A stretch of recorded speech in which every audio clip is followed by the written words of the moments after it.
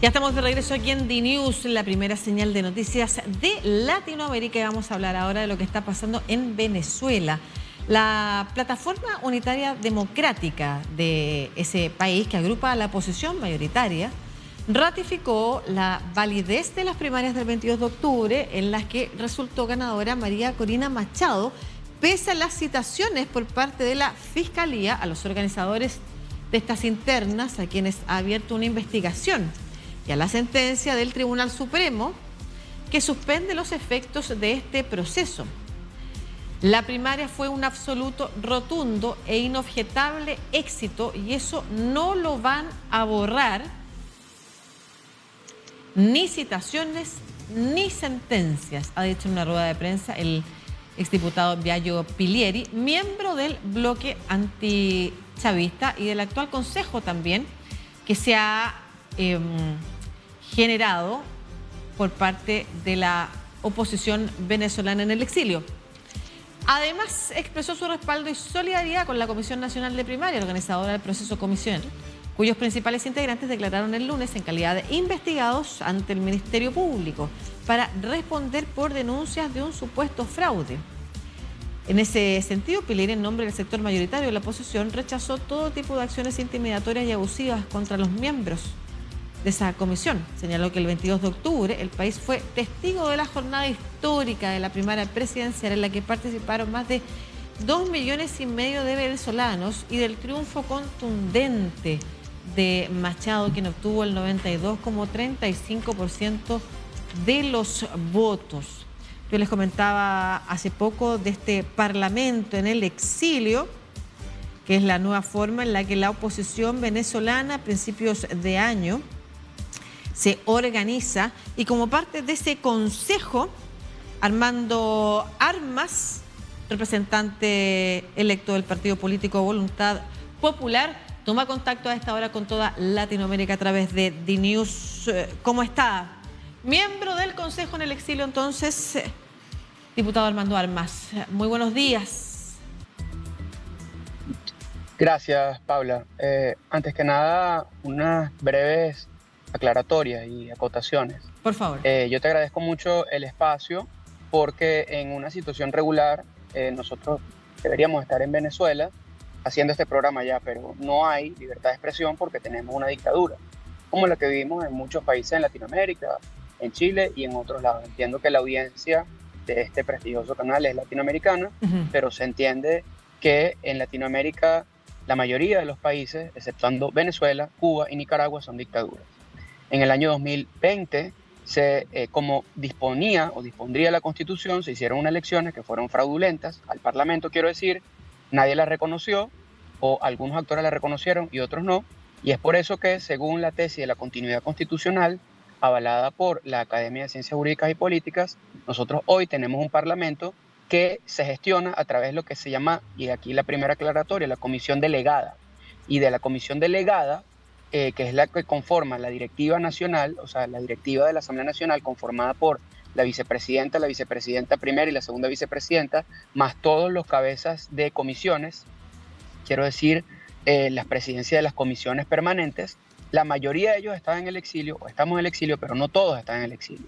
Y no todos los diputados de Venezuela están en el exilio. Unos estamos y otros no. Sí, importante. Y esto es importante aclarar, esto es importante aclararlo, porque hay países que al parecer se hacen, digamos, los locos para navegar esta situación, creen que eso es diplomacia, hay otros que no.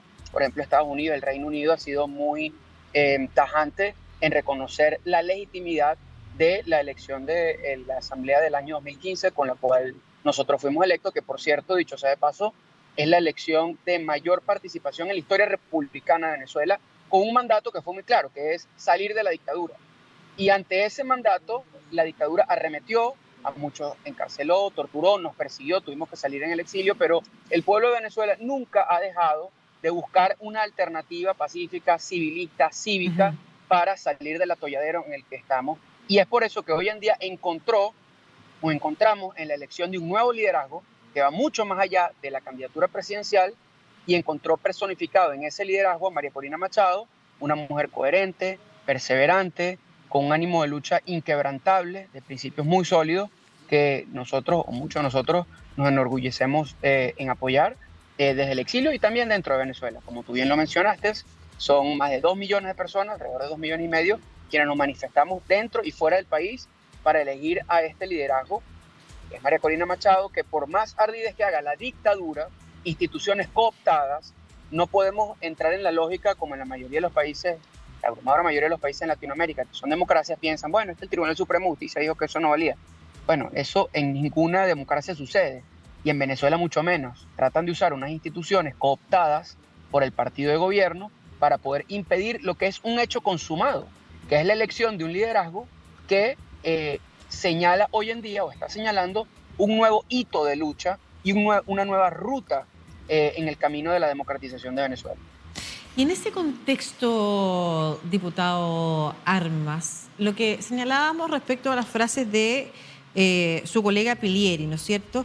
La condena o la ratificación, de hecho, por una parte, la condena al intento que está haciendo precisamente esta institución, el Tribunal Supremo, ¿no es cierto?, de frenar el proceso de primarias o de revertir el proceso de primarias, y por otro lado, la ratificación por parte del Bloque Unido opositor de la figura de Machado para las presidenciales. Además de eso, ¿de qué otra manera lo están abordando o de qué otra manera pretenden darle continuidad y legitimidad precisamente para que el proceso electoral siga su curso?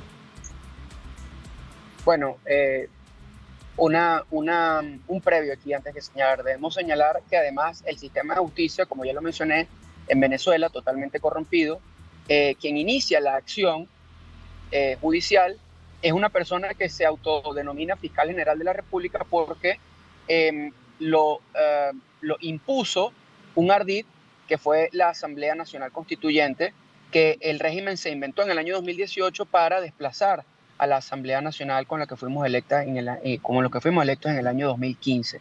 Entonces, este ardid, que no hizo ninguna constitución, que lo que trató fue de cooptar los poderes públicos, lo impuso a él, lo nombró como fiscal general de la República, ya que la fiscal general anterior, o la fiscal general en funciones, ya cesada en funciones por la vía de hecho, fue Liz Ortega Díaz, una persona que fue muy afecta al régimen, pero que luego cambió de posición, expuso mucho de los crímenes incluso que cometía el chavismo, siendo una persona de adentro del sistema, pues ella, digamos, cambió de posición y esto fue algo que le afectó mucho al régimen. Bueno, esta persona, quien se autodenomina fiscal general, que no es fiscal general, que es un usurpador, que es Tarek William Saab, quien ha iniciado esta acción penal, con lo cual vemos otro elemento adicional a lo que hace írrito esta acción.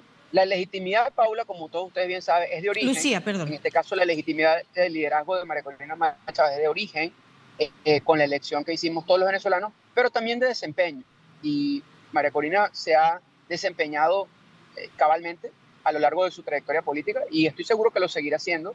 Lo está haciendo ya, dando la cara, ya sigue comunicando públicamente su principio, su agenda, su plan de gobierno llamado Venezuela Tierra de Gracia, y ella continúa reuniéndose con personas, hablando con la opinión pública, ¿diputado? Y dando esta batalla dentro de Venezuela. Diputado, no es tan importante, pero sí. Primero, y para evitar confusiones, Lucía es mi nombre.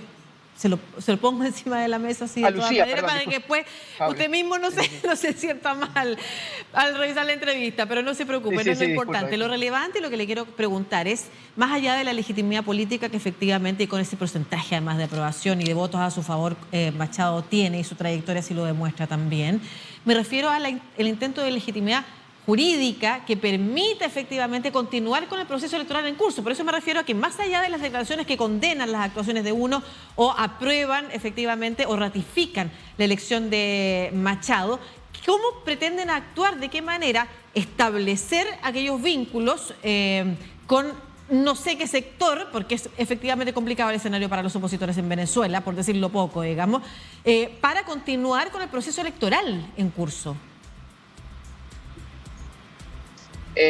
Bueno, recordemos que hay, Lucía, una dictadura en Venezuela y nosotros lo que nos toca es seguir avanzando. ¿Y de qué manera van a seguir avanzando en este proceso cuando el Tribunal Supremo ha puesto un freno precisamente a la elección de primaria? ¿Cuál es el camino que ven?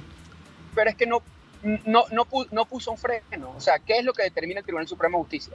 Que no hubo elecciones, que la gente no salió como salió. O sea, eso es un hecho político consumado. Ellos no pueden impedir algo que ya se consumó y que sucedió. El día de mañana, cuando le toque a María Corina Machado, que pasará unos meses para eso, entrar en el sistema del Consejo Nacional Electoral y ver si se inscribe, bueno, veremos si se puede inscribir o si no se puede inscribir. Y los funcionarios que no le dejen inscribir, bueno, asumirán sus responsabilidades.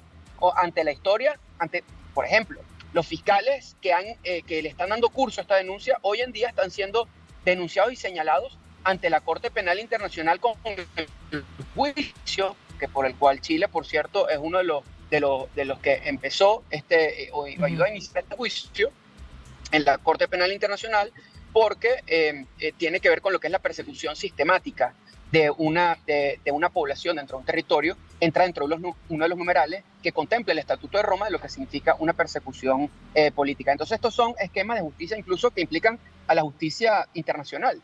Te repito, es un hecho consumado y nosotros tendremos que seguir protestando, alzando la voz dentro y fuera de Venezuela para lograr que se cumpla unas elecciones. Es muy poco probable, pero nosotros no debemos aferrarnos a esa probabilidad de democratizar. Y con respecto a la juridicidad que tú estabas comentando, Lucía, y la complejidad a la que esto acarrea, es importante señalar que, por ejemplo, en el más reciente estudio, ranking de Estado de Derecho, una organización que se llama el World Justice Program, genera todos los años una estadística que es el ranking del Estado de Derecho. Venezuela por años consecutivos, ya tercero o cuarto año consecutivo, si mal no recuerdo, rankea como el último país en el ranking respecto al Estado de Derecho, 156 si mal no recuerdo.